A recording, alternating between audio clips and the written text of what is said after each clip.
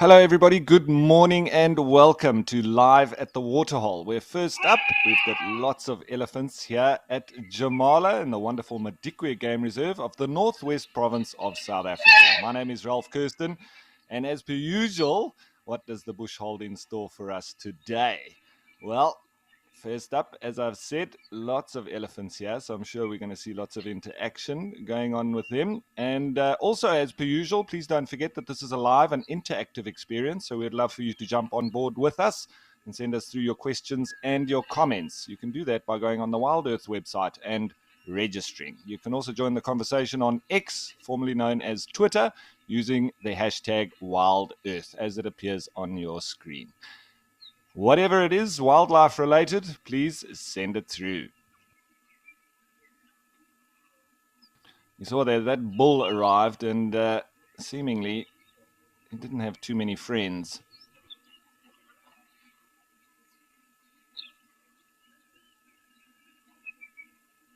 Looks like once again nice and hot here, and that's obviously driving the elephants down to come and cool off and quench their thirsts.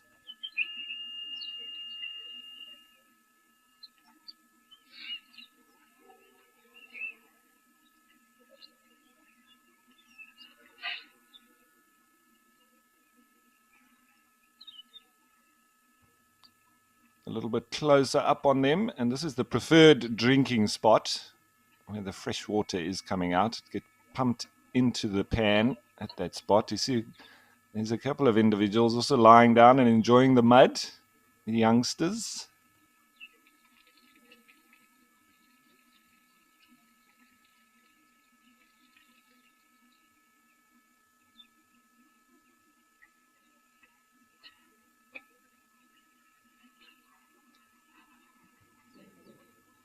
A little bit of angst between these bulls.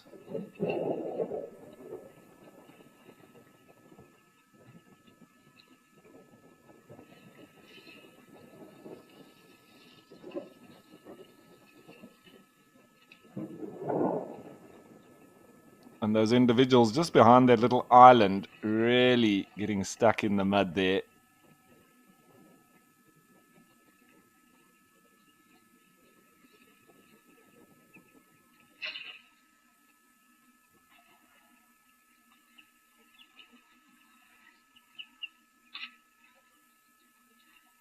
I think it's really going to be interesting once we head into winter, because I think the activity of the elephants here will really drop off. And then we might see what animals generally come through here in winter, other than the elephants, with their activity not being so much, and with it not being so hot. So that will be interesting indeed.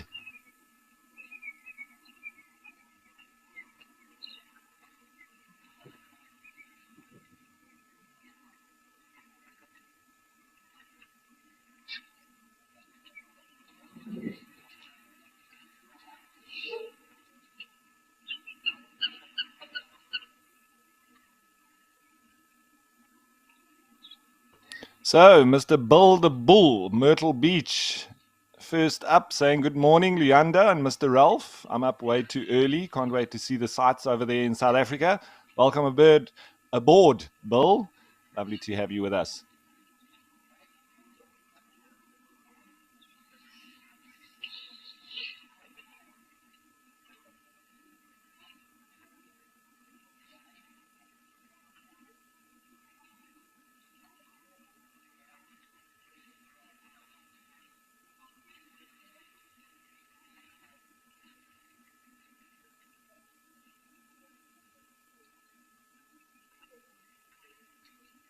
So, speaking of it looking like a lovely hot summer's day here, driving the elephants down to this particular waterhole, I think it's time let's go and have a look what the weather's going to be like across all the different locations.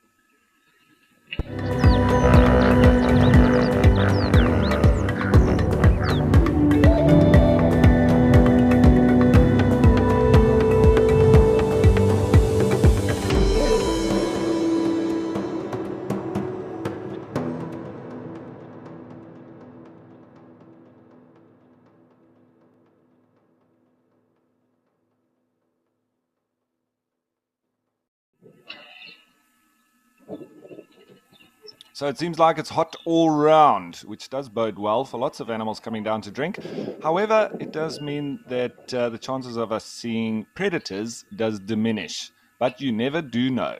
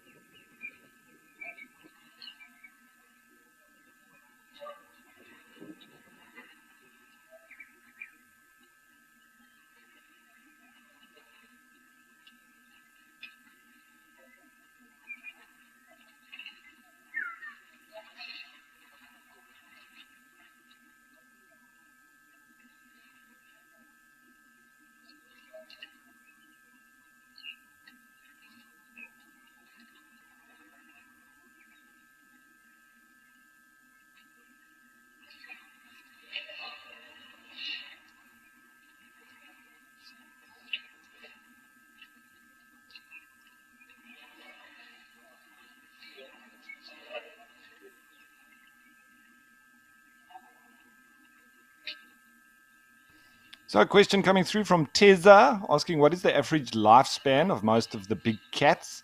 So Teza, across all the different species, it's normally that it is the males that live less or less longer than the females. So they don't live as long, normally due to their fighting for territories, etc. So with lions, males generally 10 to 14 years, but females, because they stay in the same pride, and they don't really have that kind of aggressive behavior towards each other and not as much fighting. They can even go up to about 20. And this is all obviously in the wild. In captivity, they can last or live longer than that because they don't have all the pressures that the wild animals do have. So, yeah, 10 to 14 years or so for the males and up to around about 20 years old for the females. With lions, leopards, it's about 12 to 18 years or so, but the females being the older living of between the two. And with wild dogs, it's also similar. It's around about 12 years as well. With them, it's quite similar between the males and the females.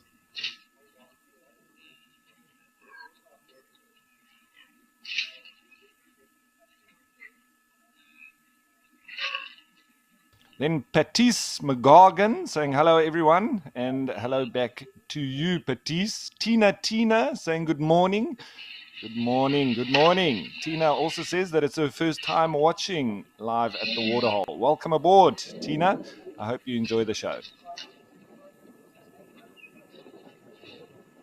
As we see there, just resting up in the shade, a couple of the blue wildebeest just ruminating as they do so.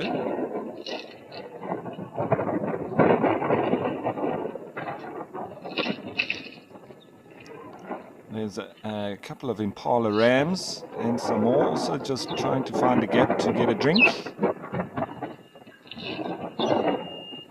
Elephants also throwing some mud about. It's always good for them to help thermoregulate, keep them cool. Does last longer than if it's just pure water. Sticks to their skin. And then very often afterwards they go and cover it with a coating of dust as well.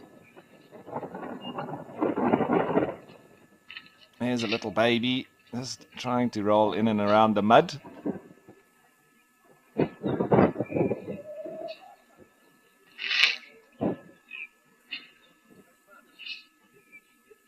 And what better way to cool off on a lovely hot summer's day?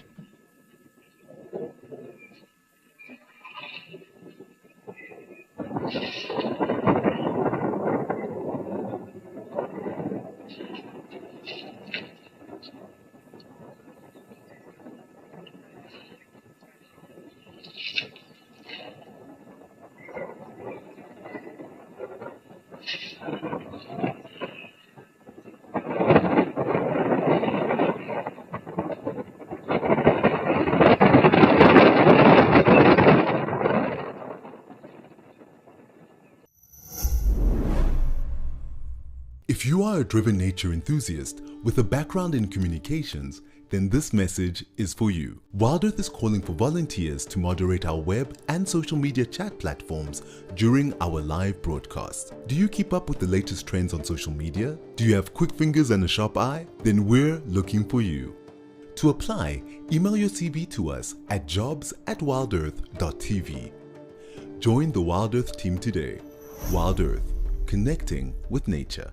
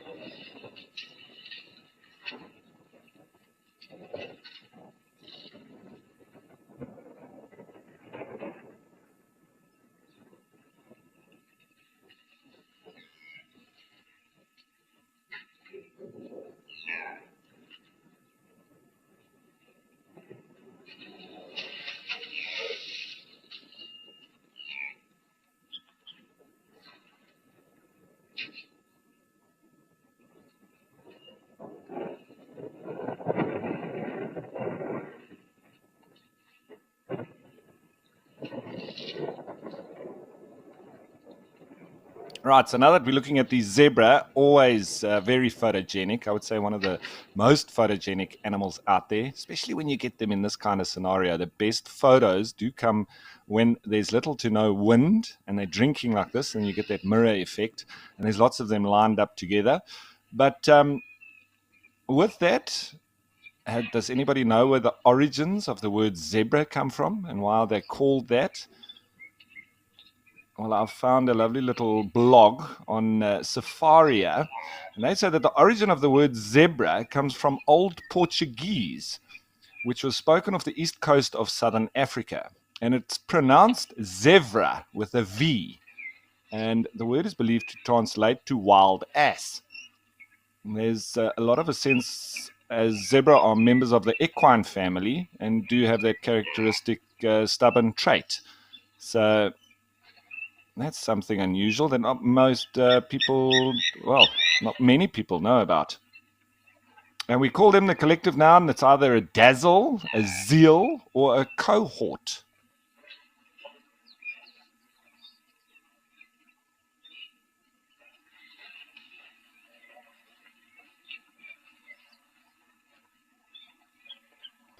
So, and quite possibly the most conspicuous herbivore in the savanna, the zebra's unique stripe pattern and coloration has long been a source of interest and intrigue, and we've spoken about it on numerous occasions. But since we've got some new viewers as well, the purpose of these stripes has stimulated a great deal of discussion and led to various creative theories. So he has a couple because, evolutionary traits, we can have theories as to why they have developed, but difficult to know exactly why. We would have to just look at what is most likely. And the stripes, they say, are for temperature control. What this suggests is that as the black stripe attracts heat with large capillaries to disperse the warmth during the cooler mornings and night, the white stripe effectively dispels during the hotter periods of the day.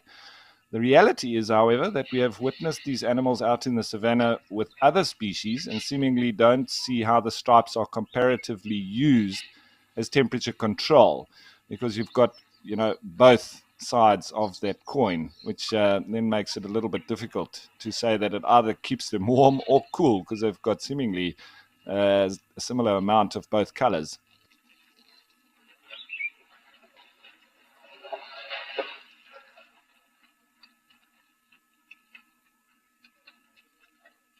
Now, the theory for me that does make the most sense is that the stripes successfully repel parasites. Of course, zebra aren't immune to any or all of the typical blood-sucking parasites found in the savannah, but experiments done have revealed that a black and white striped barn door attracted far less tsetse fly activity than any other color.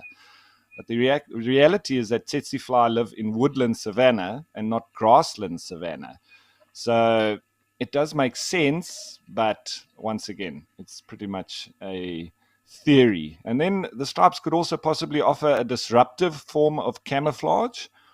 And this idea suggests that the black and white stripes are effective in removing profile and is able to disrupt form to confuse potential predators. So when trying to select an individual in a herd, if you take into account that predators can only see in rods, which is black, white, and light, and you take an image of several zebra together in black and white, their dazzling display certainly does remove their profile, and the scene appears very confusing. But the question is it the result of the stripes, or rather their habit of coming together and being attracted to each other because of the stripes? This then asks the question, if the zebra stripe is rather a personal attraction and they themselves are drawn to each other in moments of stress, and the resulting effect is just an outcome of their niche design. Too many questions, not enough answers.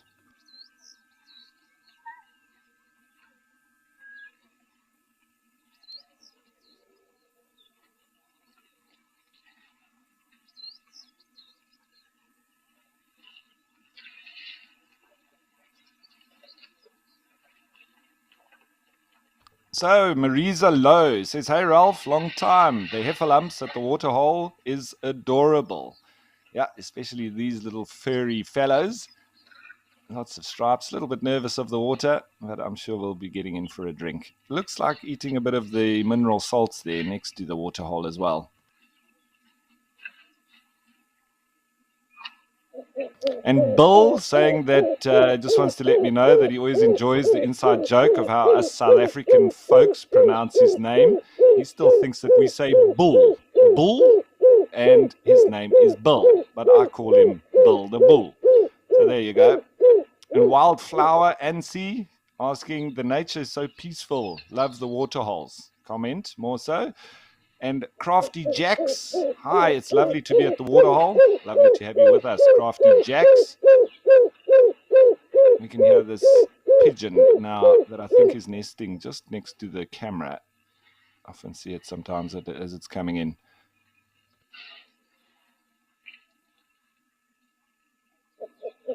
And a question from Marisa Lowe asking, did the Waterhole's water level drop? Yeah, it has a little bit. But we see that the levels do go up and down. It's just down to mainly the elephants, who obviously consume massive amounts of water. And whenever it's very hot, obviously they drink even more. And we've seen the real activity from them over this last period of a couple of months, really. It's been extremely hot and lots of elephants. So lots of consumption of the water. And that does make the levels drop, but they do top it up.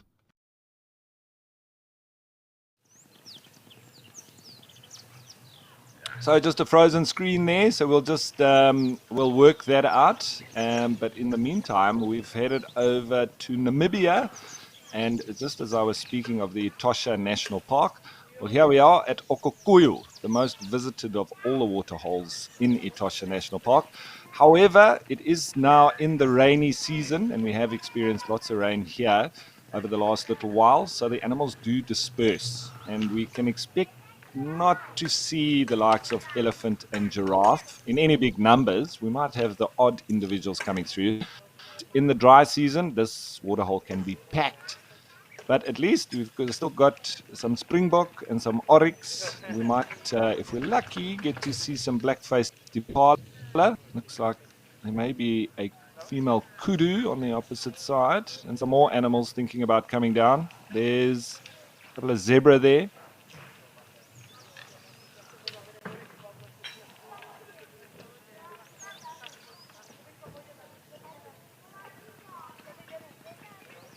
And that's, of course, the Namibian national animal, the oryx, or as we call it, the gemsbok.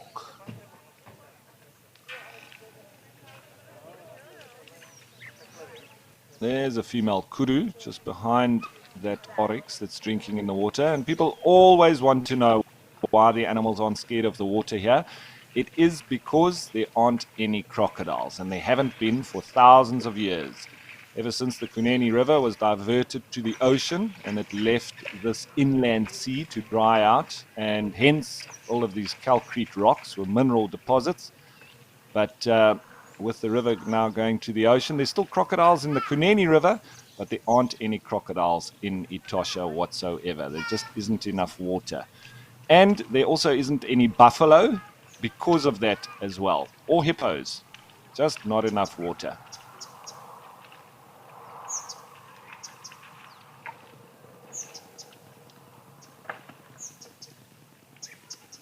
The only permanent rivers in Namibia is in the extreme south, the border with South Africa, the Orange River, and then right up on the extreme north, being the Kunene River, which runs west. And then, of course, they've got the Zambezi River and the Kavango River, which the Zambezi running east and the Kavango River running east and then south down into Botswana, forming the Okavango Delta.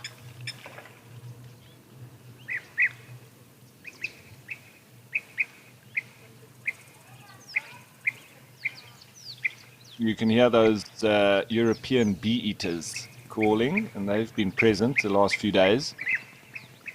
Then Jive Bunny saying, love Okokuyu. There were several black rhinos overnight. Yeah, this is one of the places of the highest populations of black rhino anywhere in the world. But they are pretty much a nocturnal species, so you will be able to see them here overnight.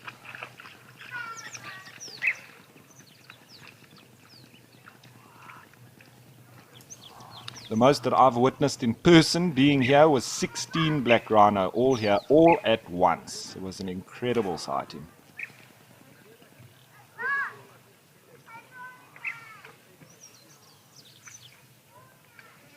You may just hear some human voices there. That is the tourists that are enjoying the site, just like us, being the Okokuyu camp, which has this waterhole just next to it. And the camera that we're looking from is just above the viewing area of this waterhole.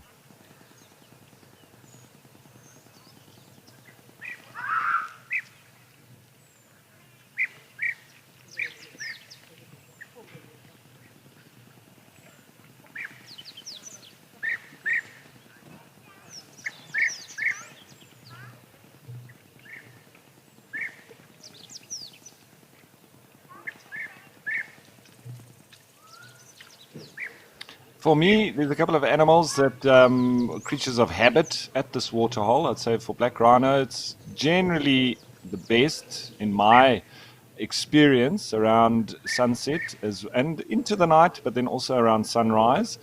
And with the lions, whenever I've stayed here, I've always recommended to my guests, if they get up to go to the toilet during the night, especially if it's around 2 or 3 in the morning, that is the best time for lions. That's when they generally come through.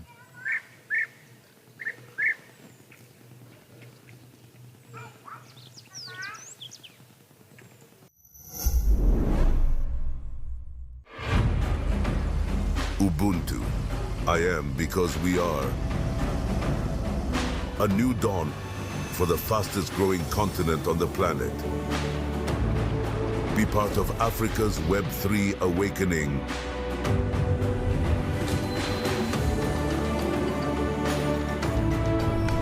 Ubuntu Token, launching 29 February 2024. Join the allow list now.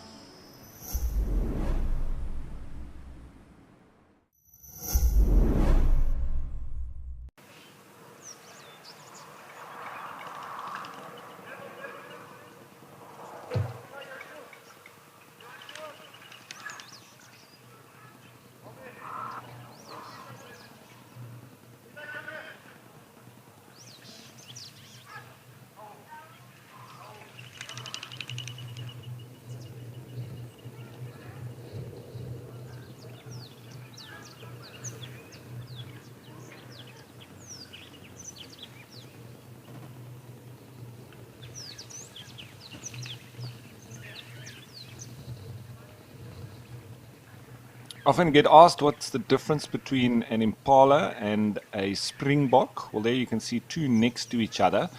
It looks like it's quite a small impala, and it's a female as well. So easy to see. With impala, only the males have horns, and the springbok, both male and female, have horns. Only difference between the male and female with a springbok is that the male's horns are thicker. But you can see the very light, almost yellowy color of the springbok on top, and then they've got that almost black band. It's a very dark brown going up the middle of the body, and then they've got a white belly, and generally smaller than the impala as well. And the impala, they've just got different shades of that fawny red-brown color. So darker on top, and then just going lighter down towards the belly.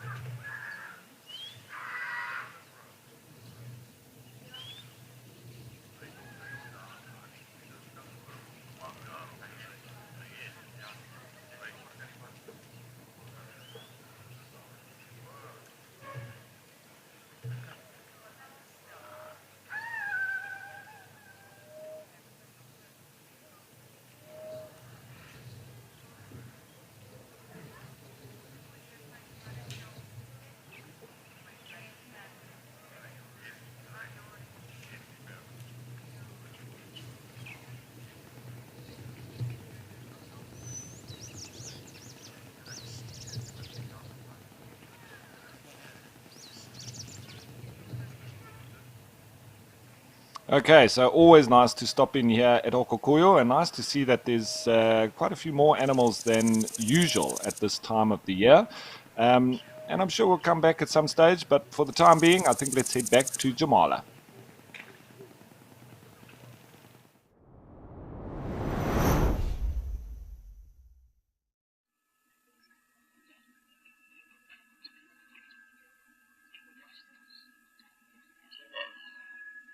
Oh, got some guinea fowl, helmeted guinea fowl that have come in for a little drink. I'm just drinking out of a puddle there. Now, question from Greg on Safari asking, "Hi Ralph, I often find that I am subjected to searching for the big five on every safari, and I feel like the appreciation of everything else is sometimes lost. As guides, it must be tricky going on a drive with different people who expect leopards, etc. What's your take on this from a guide's perspective?" So, Greg, on safari, it can be a difficult one. You know, you do also need to play to the crowd. And I think it's important to try and meet expectations. So, for me, it depends on the group that you've got with you, and I think it's a real skill for guides to be able to interpret exactly what the group is looking for. Obviously, your skills will come into finding the animals, etc. But if for instance you've got a group of guests that have come in for one night and they just want to see as much as possible, if you sort of taking them and showing them, even though it might be amazing, beautiful wildflowers and insects, etc., and there's elephants and lions and big game nearby that you could get to and obviously impress them with that, I think it's a little bit short-sighted to be showing them those little things when it's a first-time group and they want to see those things. So I think in that instance, excellent to be able to get to them, show them that, and then adding in a nice, well-rounded game drive and showing them the smaller stuff afterwards as well.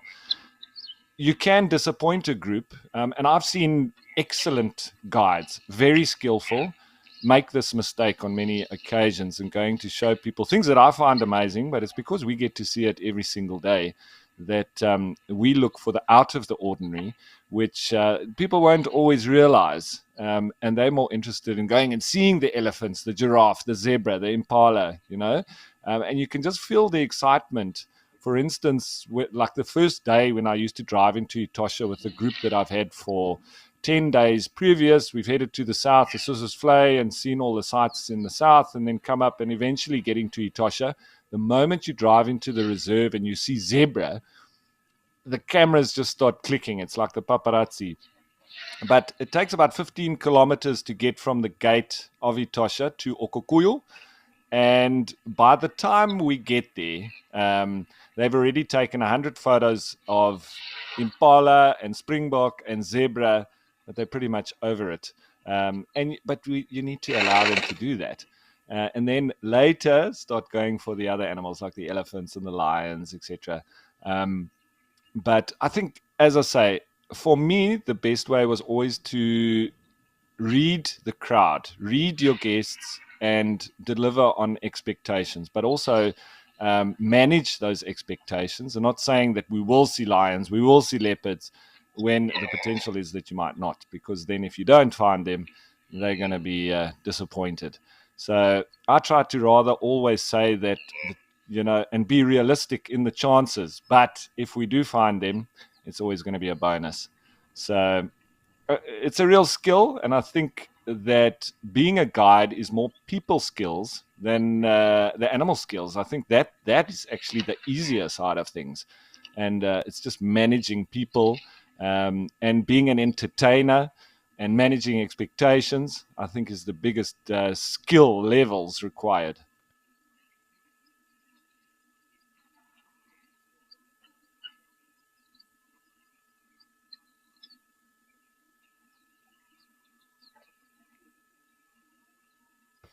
Now, Marisa Lowe was asking, what's the most commonly seen bird in this area?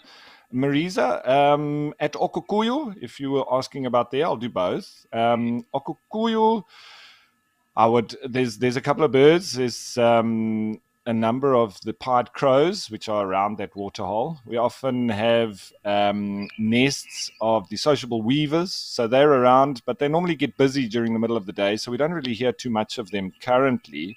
At the times that we are on the show, but lots and lots of sociable weavers, and they're in big numbers. The pale-winged starlings as well. And obviously doves and the Namakwa sandgrass. In the early mornings and late afternoons, it's packed with doves and Namakwa sandgrass. So I'd probably say those two are the most common at the Okukuya waterhole.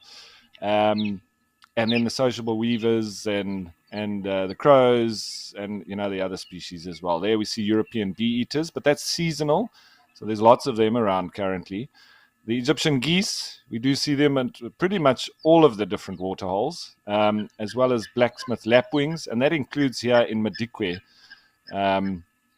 This waterhole, as I say, Egyptian geese, blacksmith lapwings, we see the guinea fowl, helmeted guinea fowl coming through as well, and then the doves, ring-necked doves, laughing doves, red-eyed doves, some of the most common that we see across the board.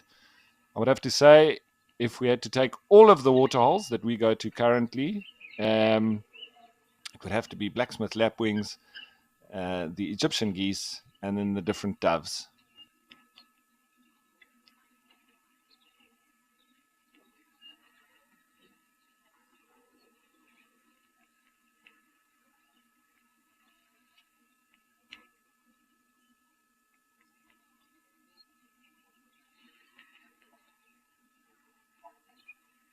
So Pierre Dubois says, have to appreciate every species, even the insects, always something to learn. Absolutely, Pierre. It's always amazing, and different times of the year, different species sort of being active, etc. Obviously, summer is the most active and where the most species are around, including all the migratory birds and a lot of the insects who are sometimes winter inactive, like a lot of the dung beetles, and they're in their larval stage or in the egg phase during the dry periods. And a lot of the amphibians, etc., also summer active creatures. I also trained students in the Greater Kruger area, and we were in the bush camps, and I went through quite a number of different years and seasons. And of course, during the dry season, it's quite difficult on bushwalk. Firstly, because of a lot of deciduous trees, it's difficult to identify a lot of the trees because they don't have leaves. So you've got to go just by the shape and the bark, etc., as well as the grasses. They don't have inflorescence, so also tough to identify those species. But a lot of the insects, as I say, some are active. But as you get from the dry season into the first periods of rain, and we used to sit around the fire, and very often those rains came late in the afternoon. And before the rain even came, it must have been a drop in the barometric pressure, maybe also sort of humidity coming through in the air. We used to find that the ground would literally come alive. There were scorpions and millipedes, centipedes, and things just coming out of the ground where we normally sit, spiders, solifuges, and then there would be battles between them. It was just always incredible and crazy, the amount of activity when those first rains do come.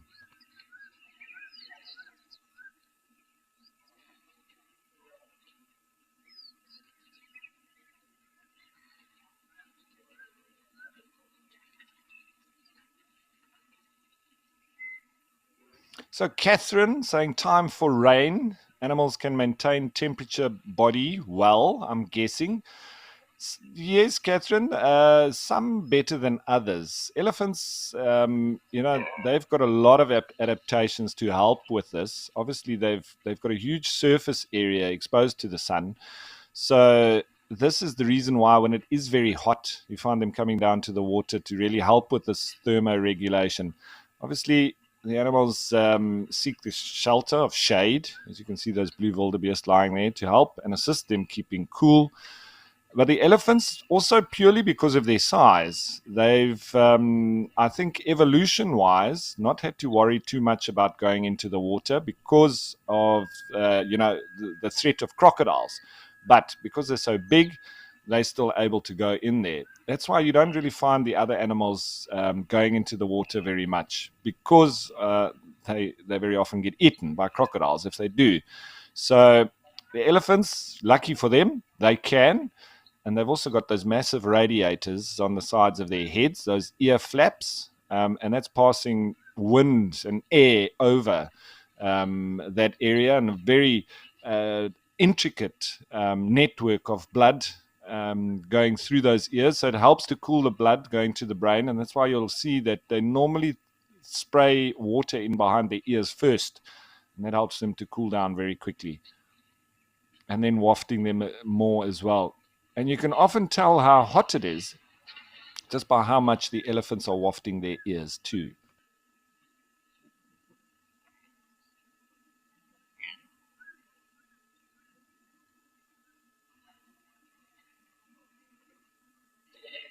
So, and it does seem like there is a bit of a conversation going on here. You see how everybody's standing almost dead still, listening probably to an authority who's talking, having some kind of discussion. But if we talk of animals that find it difficult to thermoregulate, one of the animals that I think find it the hardest are hippos. And this is the reason why they spend most of the time in the water, especially during the day. When it's very hot, they stay in the water. If it, in winter, you find them out of the water quite a lot.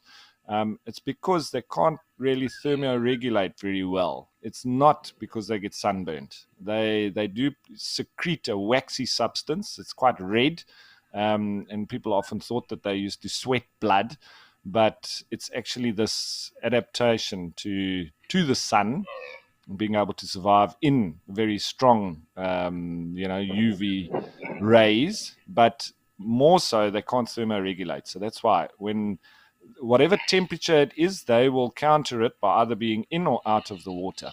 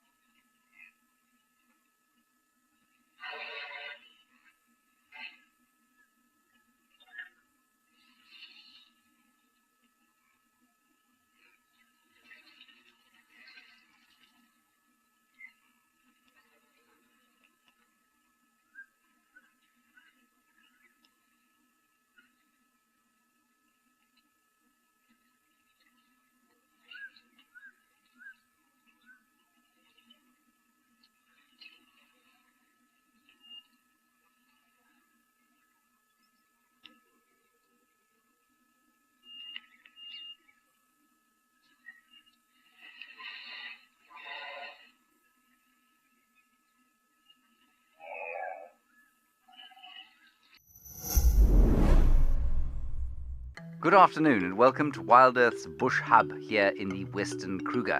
My name is James Henry, Gerrit is on camera, and over the next 30 minutes we're going to look at the highlights that took place in the field over the last 24 hours. We'll have a look at yesterday afternoon's sunset safari, this morning's sunrise safari, with an eye to planning this afternoon's activities in the field. This is On Safari.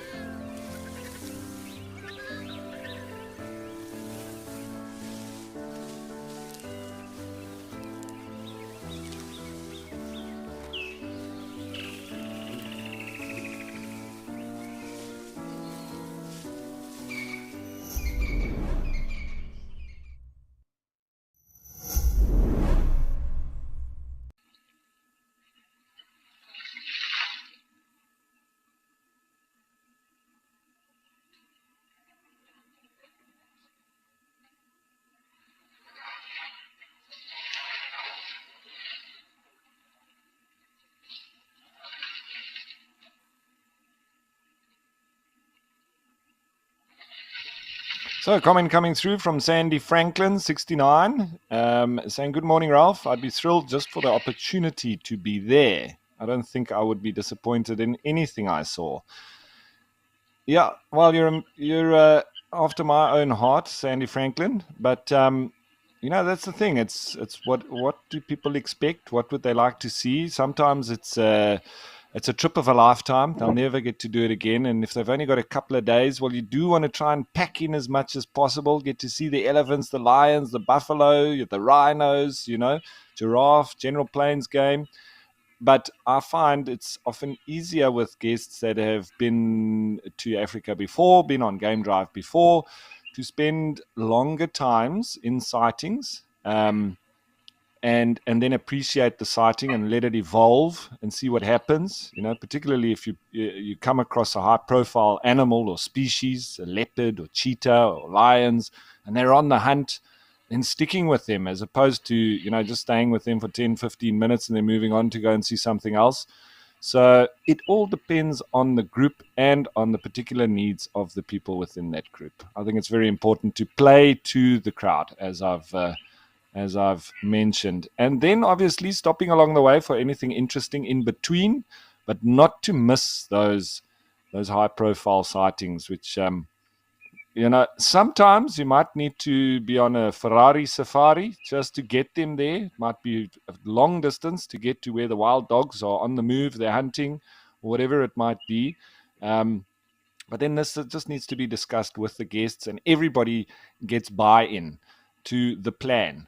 Very often, if you inexperienced guide and you race to a sighting and you don't explain to your guests what you're doing, and you get there and the animals have moved off, then the guests can be disappointed and they've had a rough ride as well.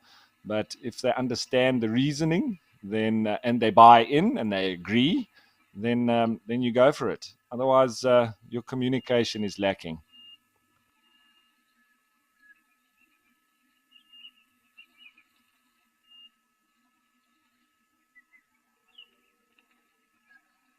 And also going further with Sandy Franklin saying, "I've never been in a plane, so this show is the closest I'll ever get to seeing all of the wonderful things in Africa." Well, that's wonderful, Sandy Franklin, that you're able to still experience it with us. And thanks for continuing to send through your comments.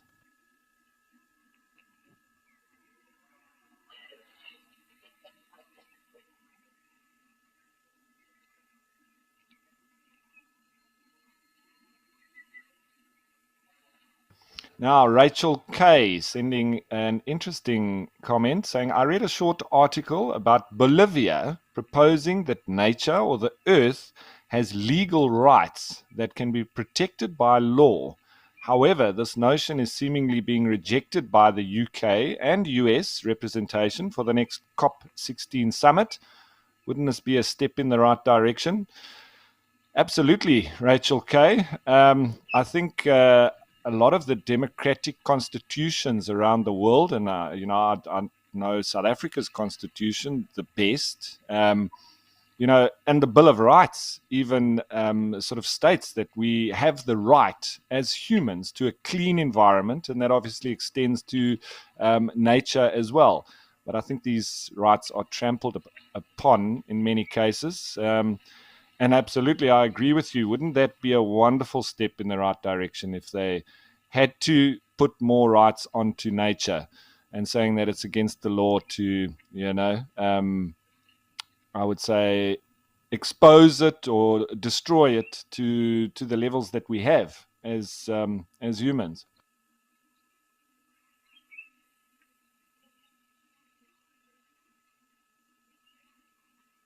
But I've spoken about it before. I think profits are probably the root of all evil. And there's a lovely saying that if a monkey hoarded more bananas than it could eat, while most of the other monkeys starved, scientists would study that monkey to figure out what was wrong with it. But when humans do it, we celebrate them and we put them on covers of magazines.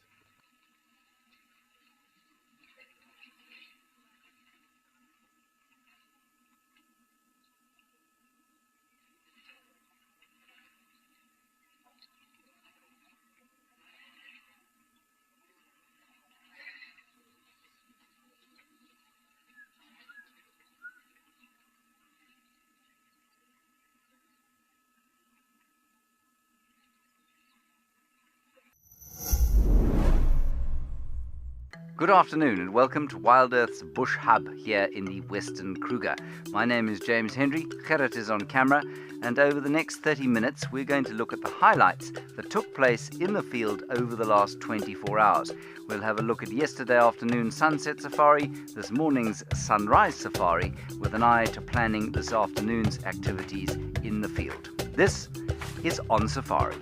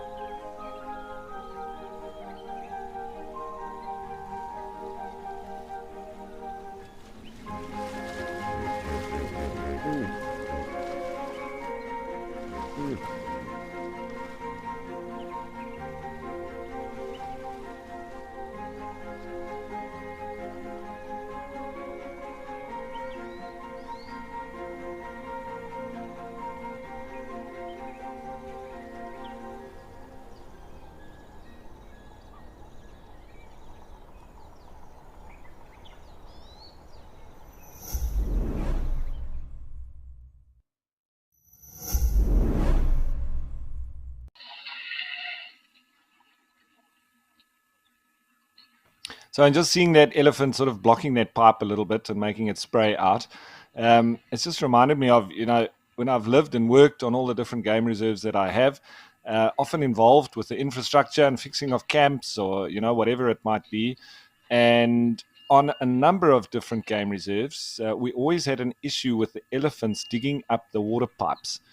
And that would always become a problem, especially when the pipes weren't buried deep enough. And we found that anything under or less than a meter under the ground, the elephants would smell those pipes, dig them up, and obviously break them and then get access to the water.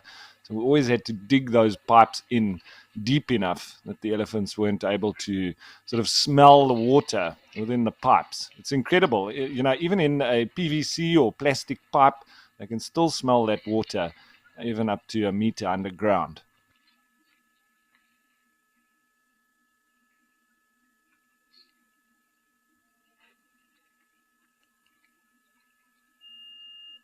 Then Bill the Bull was asking, how long do you recommend a stay in South Africa for a first-time visitor there, like myself?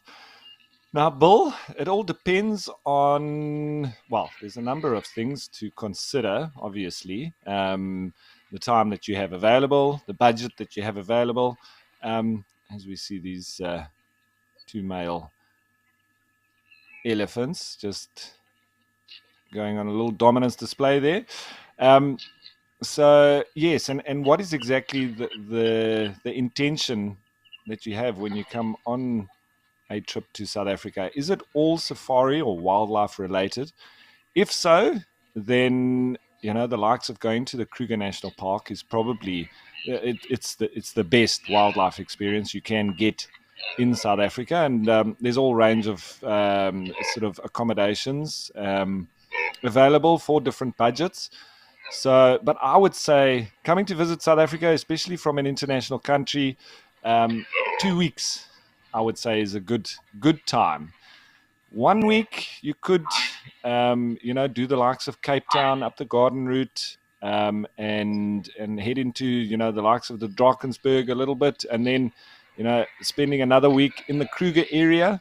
If you sort of strapped for time, that's a good way of doing things. If you don't have that much time, and safari isn't, and wildlife isn't, that important. Obviously, you want to see some.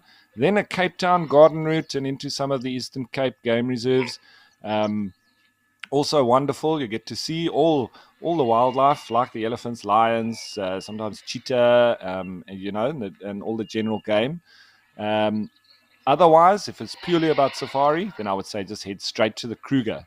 There's also easy accessibility and the likes here at Madikwe Game Reserve, from Johannesburg, being just around about 4 hours away.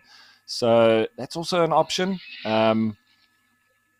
Yeah, it all depends, but I would say 2 weeks, definitely a minimum to see South Africa properly. But you're still going to have a whistle stop. It's a big country, so there will be a lot of traveling, but you will get to see a lot. Ideally, I would say 3 weeks. Then you could do everything all together and get to experience pretty much the whole country.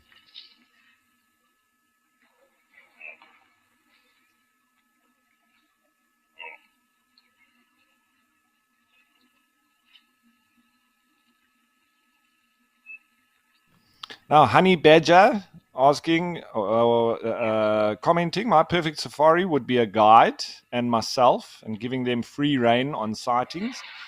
Yeah, I would say that is one of the best ways to do it, Honey Badger, especially if you've got a skillful guide and somebody that knows the area very well, and obviously can get the animals that you're hoping to see, and very often more that you never even thought possible.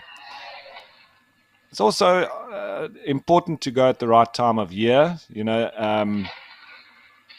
Summer, it can be beautiful, but also a lot of rain generally, so the animals disperse a lot.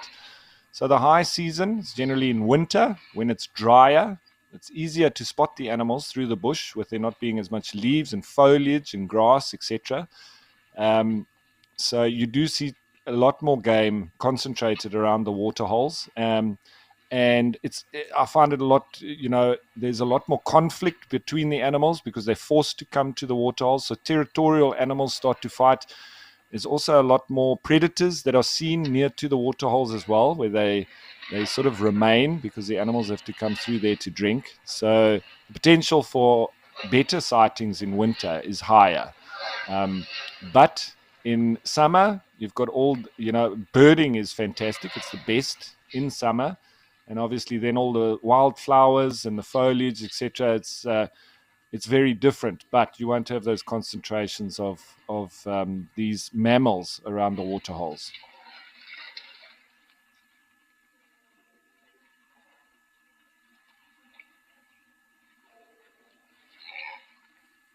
Now, Luyanda asking, where would you rank Isimangaliso Wetland Park? So this is St. Lucia in KwaZulu-Natal. Luanda, it's a wonderful park, and it is a UNESCO World Heritage Site. It's very special for me, but like I say, if you have limited time and it's maybe a trip of a lifetime, it's potentially a reserve that I wouldn't necessarily go to or suggest for a group coming in like that. But it depends on the interests of the group. Very special birding, amazing scenery, and obviously the coastline being right there. It's very tropical. It's as I say, it's up there with some of the best game reserves, I would say, in South Africa. But it all depends on the interests of the group. And so there would be some groups that I would suggest that, but if it's just a general safari wildlife, I would say, the Kruger can't be beat by any of the other game reserves. But if you want to mix in a nice range and see South Africa a bit more, then the likes of Madikwe and St. Lucia and KwaZulu-Natal as well. would definitely come into the mix.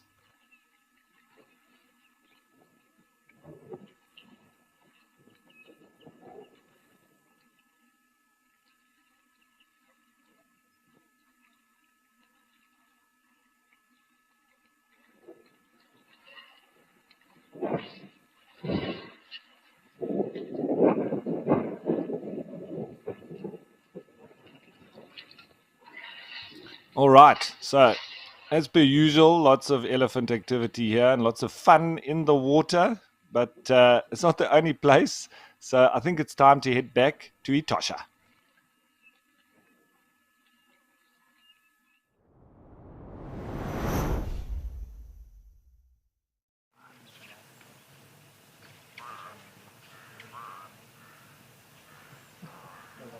And there's some of those birds that I was talking about. You can hear the pied crows now.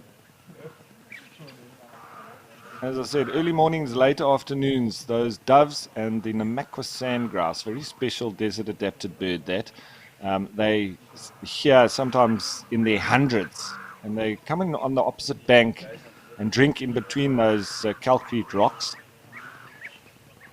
And they also, the male Namakwa sandgrouse soaks its feathers, it's on the chest, and they can hold up to 200 milliliters of water within the feathers, and then they'll fly sometimes up to 20, 30 kilometers away to the chicks, who then extract that water off those feathers. And I've only seen that sort of occurring. You see them soaking their feathers in the water. But one day I was driving, it was on the western side of Etosha with one of my camping group, and I saw these Namakwa sandgrouse sort of flying towards the vehicle from the front. They were, obviously flying diagonal to us. And so I sort of slowed down a little bit, but one of the sandgrouse actually flew into the passenger window, doof, and it hit it. But I saw it almost turn in the air, but it did still hit the side of the car, and it just sprayed water everywhere. The whole window was wet. I was amazed and just realized then how much water they can actually hold in their chest feathers. Incredible.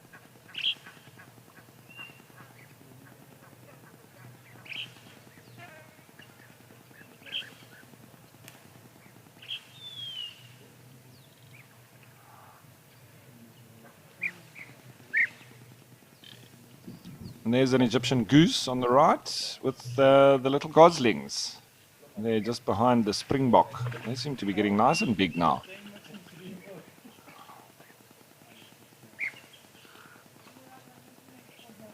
Oh, and the springbok had to jump right over them.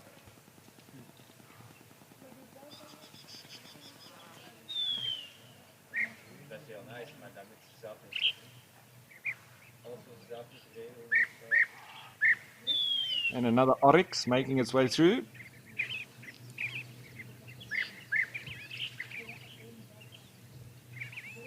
There you can actually hear some of the Namakwa sandgrouse. They go whip-a-poo, whip-a-poo.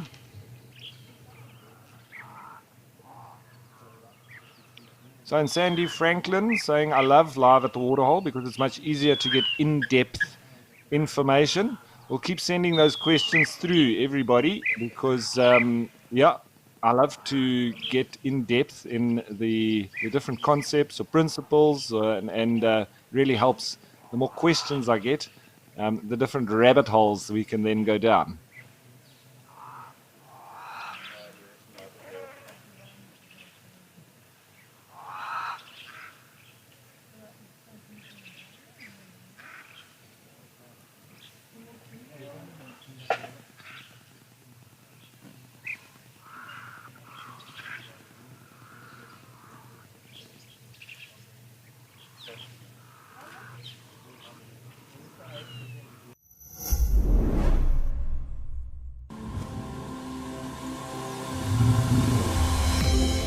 This is On Safari.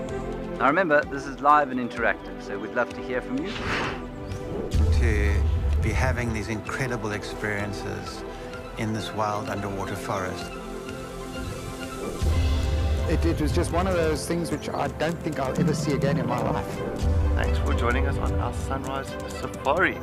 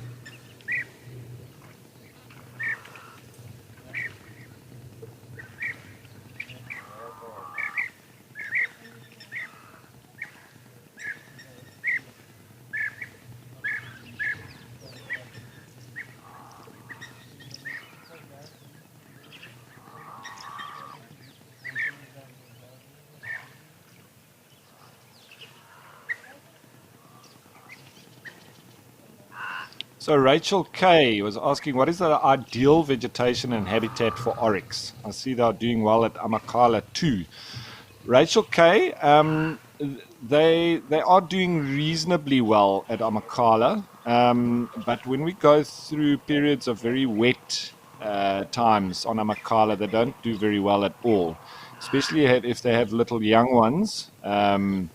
During those times, because they don't do well in areas where it's very humid, wet, and cold.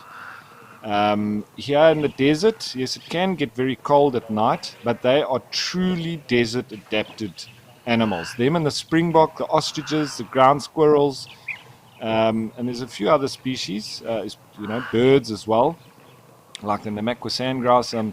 They are really adapted to living in desert environments.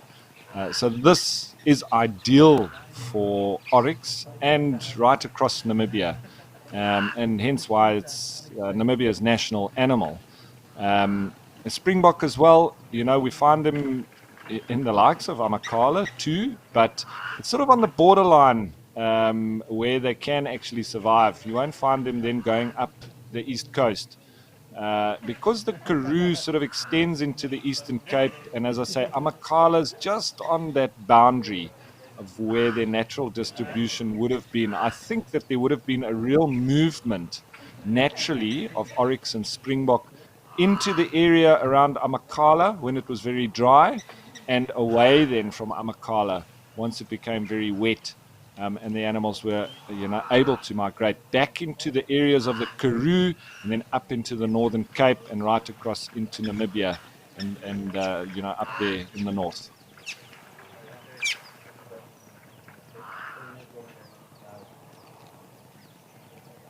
So, and vegetation-wise, they're grazers. So here it's Stipogrostis, bushman grass, that is very nutritious and what they feed on mainly. Same with the springbok. So that's some of the best vegetation for them. Down into Amakala, obviously that's in the Cape Floral Kingdom. So they've got a number of different species that they do feed on.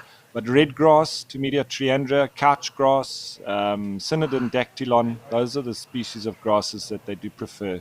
And it's quite similar, the red grass, to the bushman grass that we find here in Namibia.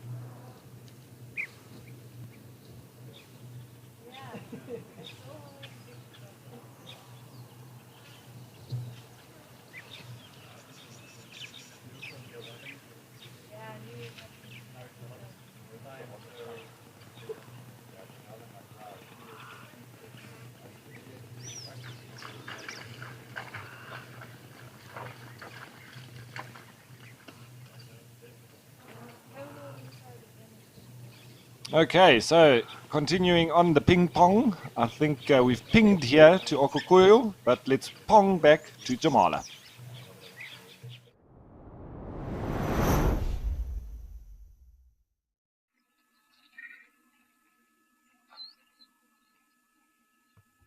And surprise, surprise, the Ellies are still about. These ones have already had a bit of a spray, now maybe going for a scratch. Little baby's been rolling around in the mud, that's for sure.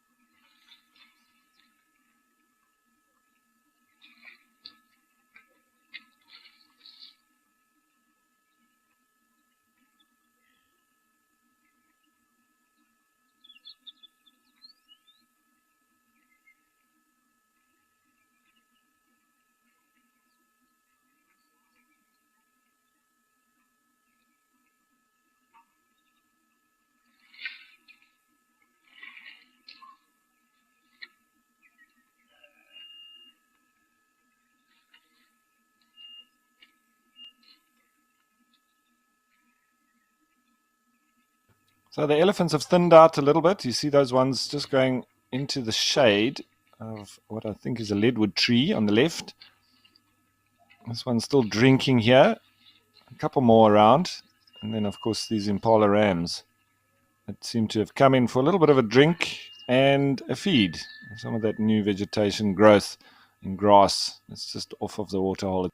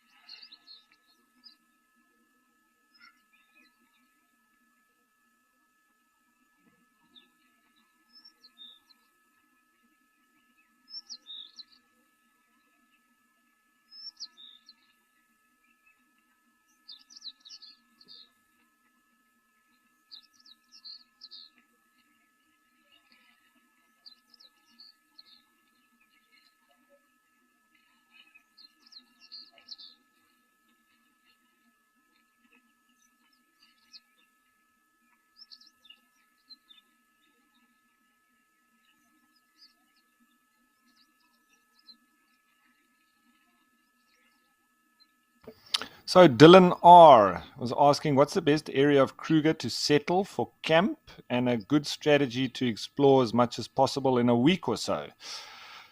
Couple of different options, Dylan R.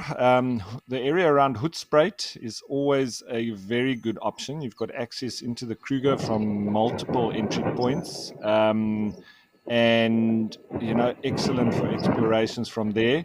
The other option is going to the likes of Skukuza. You've got easy access into the park there, and it's probably one of the best self-drive viewing areas of the park. But you got to just be a little bit careful about the time of year that you go. School holidays can be difficult to get bookings, etc. That's why, for me, I prefer going around the Hoedspruit area, and then you've got access into so many options. And then you obviously can access the Blyde River as well, and not only into the Kruger itself. So lots of activities around there too. So my choice would be heading to the Hoedspruit area. Unless you can get to Skukuza out of the busy times, out of the school holidays, then that's a good spot too.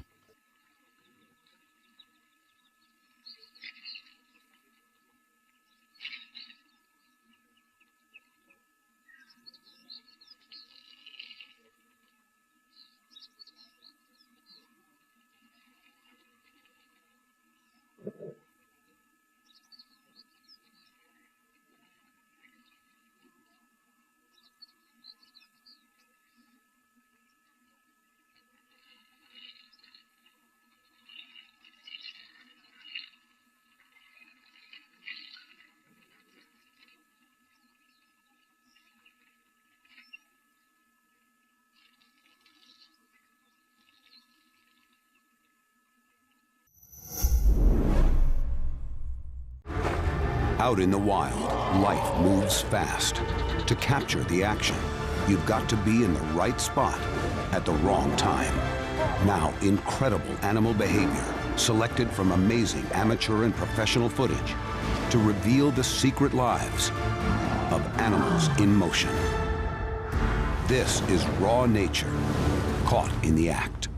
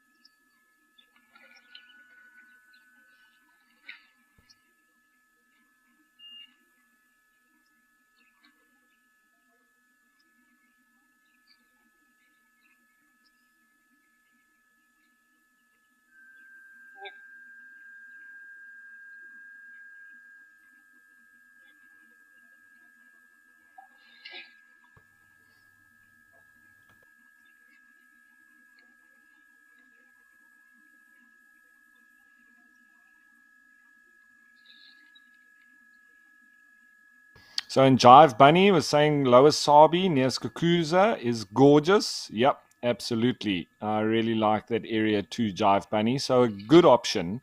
But as I say, outside of those very busy times, because difficult to even get bookings during school holidays.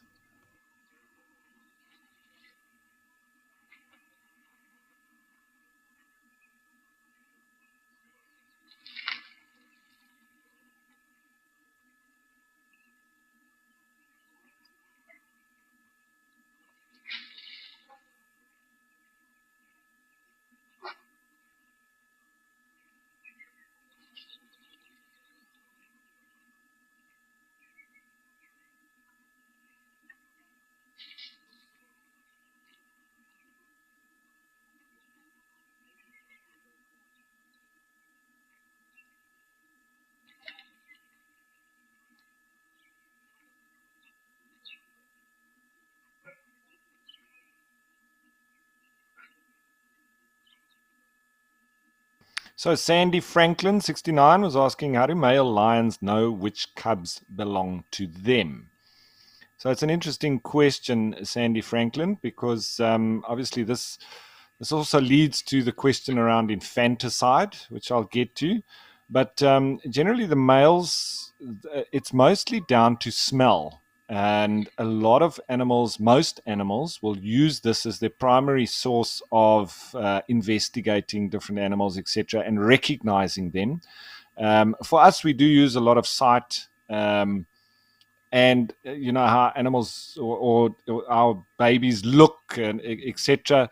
So it's more about appearance with us, whereas with wildlife it's mainly more about smell. Yes, appearance does also come into it, but the lions will know that it's theirs from the smell, but also that when they go into or take over a new territory, it's obviously a hostile takeover, and then they will realize all the females within their territory, and obviously mate with them, etc. And then they will, sort of calm down after that very hostile period.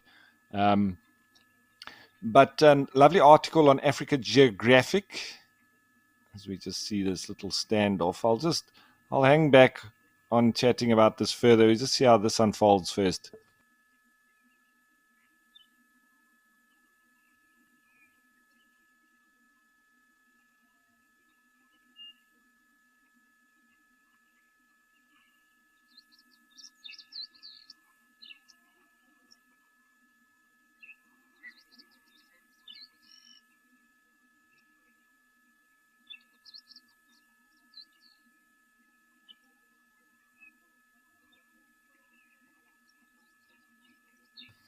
See that young elephant now just also wiping its ears.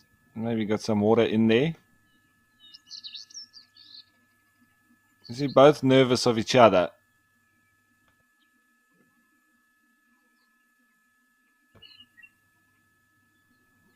And Ryan was asking, what are some services to the ecosystem that buffalo provide? I will go back to the question on the male lions and their cubs.